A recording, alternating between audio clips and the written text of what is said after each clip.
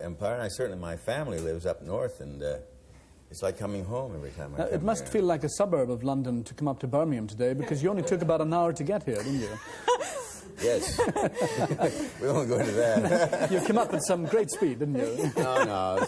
I'm here doing, preparing to do a series with Lord Lou Reid called The Day Havoc Struck, and we'll be sort of working out of London and working all over the world, and it's going to be a great experience. And so I'm going to really be sort of a Londoner for a while, and I just think it's great. Well, Glenn, the last time we met was in Hollywood, and I was very much welcomed at your home, your marvellous home in Hollywood. But I found it very warm and welcoming, but I also found it to be a very historic place, and a place with quite a lot of atmosphere. Cynthia, how did you find the atmosphere in this astonishing house? After about 4 months, you get used to it. How do you... Well, we have lots of... I call them friends. Well, what I think... They're ghosts, right? Well, no, I don't call them ghosts. They're I call people. them friends.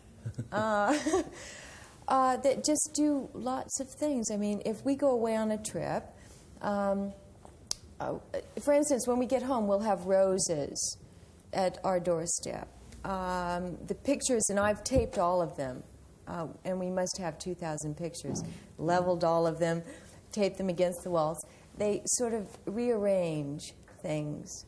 Now, when There's you a sit star there, system on our walls, in fact. The one wants to be on top of the other, and the next time we come home, we'll find that, we won't mention the star or anything, but he's on top, and we find them relegated to the bottom. battling for top billing. Oh, that goes on in whatever world they're living in. That sounds like what? A poltergeist. Oh, but it's so wonderful. Yeah, you know, it's not I would frightening at never, all. I would never, when he's gone, when he's away working, I'm never alone. And our house is very large, but I'm always sort of, it's friendly. I know Friendly that. ghosts. Yeah, I think we should explain, right, that our home is built on the site of where Hollywood started. It's where it was the old Louis B. Mayer estate, and it's where Valentino had his first engagement and date with a lady.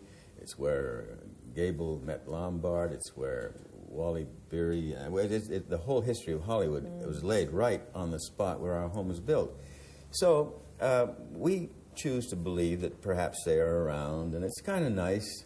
And when I'm gone, Cynthia never gets lonely. And, well, I mean, how can you get lonely with Rudolph Valentino showing up at 11 o'clock, and plus John Gilbert, you name it. But I mean, you people don't think I'm crazy, I hope. No, but I call him, by now I call him Rudy. He's always in the dining room, and he sort of occupies my time. It's a funny thing that there's a smell around the house sometimes that is a perfume. It's a cologne he used to use, and they don't make it anymore.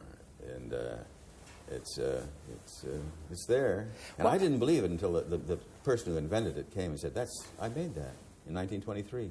See, I found it a very unspooky house because it had its pool room and its English pub where you apologize for not serving warm beer. It was about 90 degrees in Los Angeles. No, warm beer is better than cold. And you had this den and all. I mean, it really is a magnificent start. So I remember you said just that the house next door is Rita Hayworth's, just literally your neighbour over the wall. Yeah. Now, in that house, when we were chatting and we made some films, we then started listening to a story from you. You recognised my Scottish accent.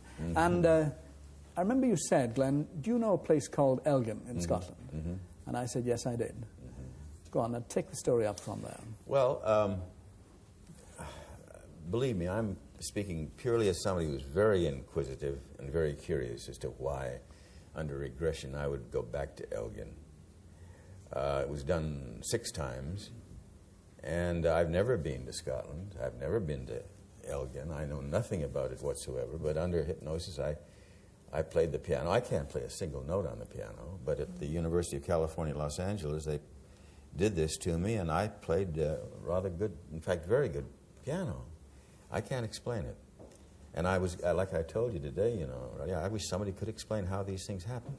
But then it goes on beyond that. Yes, I listened to these tapes this afternoon. I think that should be made clear that these tapes have been heard, and everybody's as astounded as me. Yes, and in fact, one of the reasons we're not going to play all of the tape is that not all of it is really fit for publication, No, is not it? at all. The language is quite strong, isn't it? particularly when I'm Charlie Bill. Charlie Bill is a cowboy. He was a trail boss working in 18-something for a man named Charles Goodnight, believe it or not. And he got... we haven't got the time. No, he got shot by his best friend. A marvellous story. And it really is quite... I found it quite disturbing to shot in the back, to too, listen. you know? Shot in the back. Yeah, how about that? Cynthia, when you've watched Glenn being hypnotised, how did you feel seeing your husband literally beginning to talk with another man's voice? I don't think anything that Glenn would do would be new or disturbing. After I've lived in the house and all the things that go on, nothing is... nothing could bother me.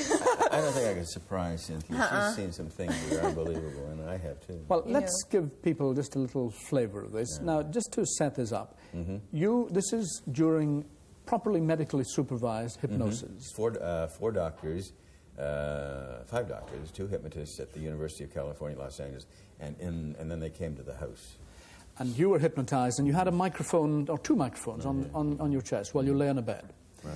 Now, I'm going to play just a little bit of this tape. Now, I can warn you that it's a bit hard to make out, because it was done on a cassette originally, and it takes a little bit of listening to, but just listen. Now, this is the Charles Stewart incarnation. I think you should make that everything has been verified that has ever been put on tape.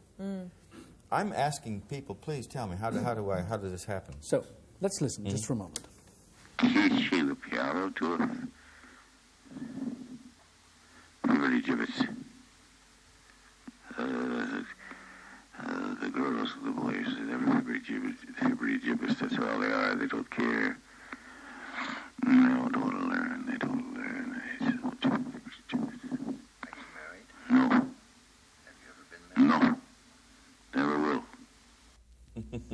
Now, I better explain what is being said there.